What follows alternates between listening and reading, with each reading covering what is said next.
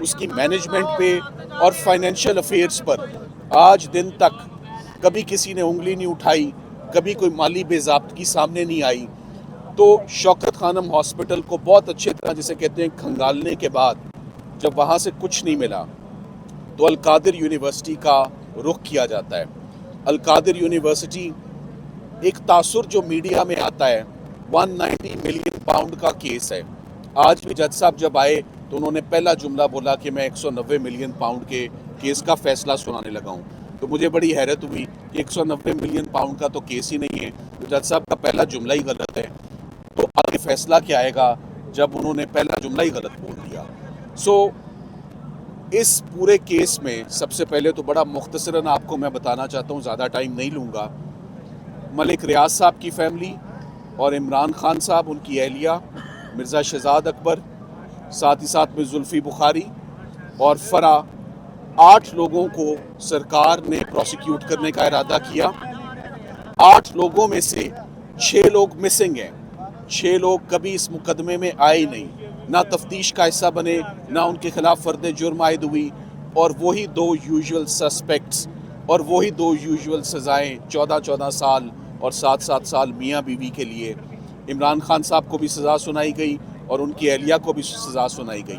35 گواہ استغاثہ اس کیس میں لے کر آیا، اور سب سے زیادہ جو نقصان ہوا اس کیس میں وہ اسلام آباد ہائی کورٹ کے ضمانتوں کے فیصلے ہیں. جو عمران خان صاحب کے حق میں جو ضمانت کا فیصلہ آیا اس میں اس کیس کے اندر باقی کچھ رہ ہی نہیں گیا.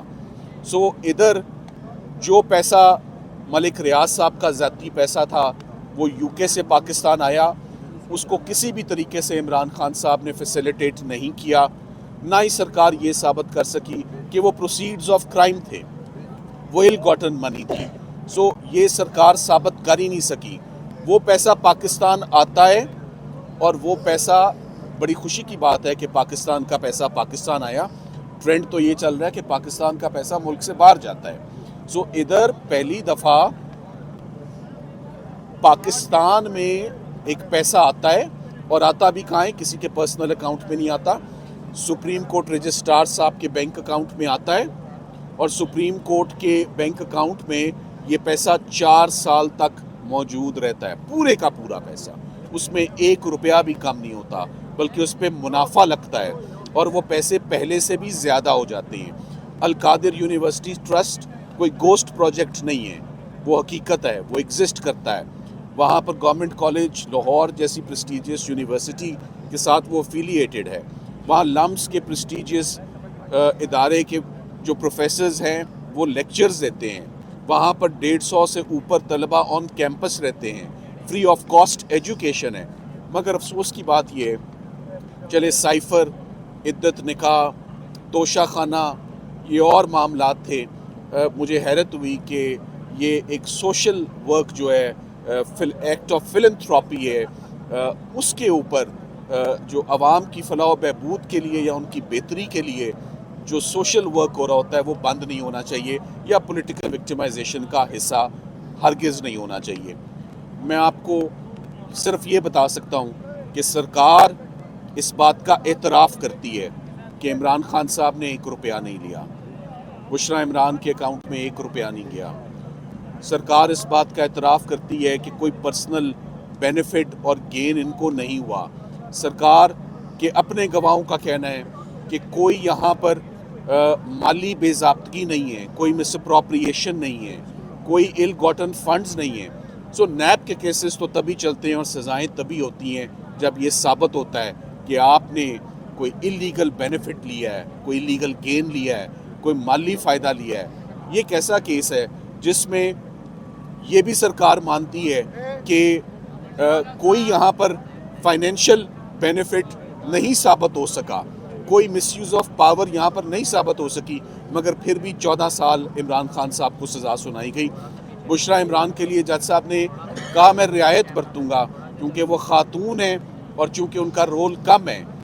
As an adder and a better کا رول کیا ہو سکتا ہے؟ انہوں نے کیا نیشنل کرائم ایجنسی NCA سے ملک ریاض صاحب کے پیسے ریلیز کرانے میں کوئی کردار ادا کیا؟ کیا وہ کیبنٹ کا حصہ تھی؟ کیا وہ گورنمنٹ کا حصہ تھی؟ وہ ایک سمپل ہاؤس وائف ہیں، مگر میرا خیال ہے کہ عمران خان صاحب کی نہ صرف اہلیہ، ان کی بہنیں جو علیمہ آپا اور عظمیٰ آپا، ان کے اوپر بھی کرمنل کیسز رجسٹر ہو چکے ہیں، یہ بھی جیلوں سے ہو کے آ چکے ہیں. تو وہ جو ایک ٹپیکل ٹرینڈ ہے کہ تمام فیملی ممبرس کو روپ ان کیا جائے گا، سب کو انوالو کیا جائے گا ٹو پریشرائز. اب میں اس کو اپنی گفتگو کو اختتام کرتے ہوئے میں آپ کو صرف یہ کہوں گا، صرف 2 سے 3 دن میں ہم اس کنوکشن کو اسلام آباد ہائی کورٹ میں چیلنج کریں گے. 14 سال، مجھے آتے ساتھ ہی کسی نے پوچھا دوبارہ 14 سال ہو گئی ہے، آپ کا کیا اس پہ رد عمل ہے؟ میں نے خان صاحب کو جب سزا ہوتے دیکھی ہے، میں نے ان کو مسکراتے اور کہکا مارتے دیکھا ہے ہمیشہ. میں نے ان کو کبھی پریشان نہیں دیکھا سزا ہوتے ہوئے، اور وہ اپنے وکلاء کو بھی، اپنی لیگل ٹیم کو بھی ان کو بھرپور کانفیڈنس ہے. ظہیر عباس صاحب نے بہت زبردست دفاع کیا عمران خان صاحب کا، عثمان ریاض گل نے بہت زبردست دفاع کیا عمران خان صاحب کا، بہت شاندار چہرہ رہی لیگل ٹیم ہمیشہ عمران خان صاحب کی. انہوں نے پروفیشنلی اپنی ڈیوٹی سر انجام دیے، اور ہر کیس میں اب میرا خیال ہے سرکار کو یہ ضد چھوڑ دینی چاہیے